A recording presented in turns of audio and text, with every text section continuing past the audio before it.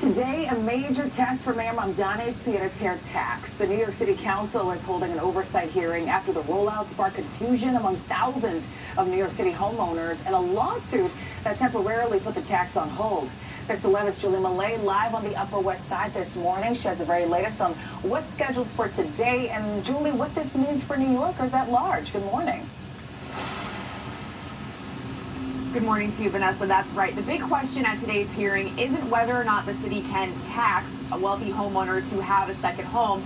The question is whether or not they properly handled the rollout of this so-called second home tax.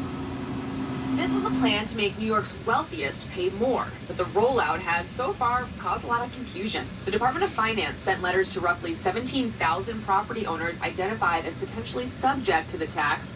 It also published a much larger list of hundreds of thousands of properties, leaving many homeowners wondering why they were included and whether they actually owe anything. The city says the vast majority of those properties will not be subject to the surcharge. Homeowners who received a notice can apply for an exemption if this is their primary residence, but the confusion has already led to a lawsuit and then last week a temporary pause in the rollout.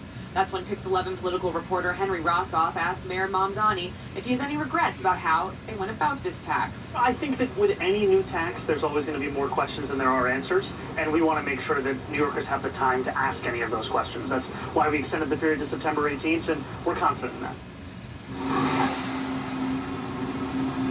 And back out here live before today's oversight hearing, there will be a press conference held by council member Gail Brewer, who says that she wants more answers and what this means for her constituents. And she wants to know how the Department of Finance identified these properties, how homeowners were notified, how the city plans to fix all of this confusion. So that is all happening today at 1 o'clock. We will, of course, be following it for you. For now, I'm live on the Upper West Side. Julie Millet, Pix 11 News. All right, Julie, thank you so much for that report. In other news here at 6:38, a 9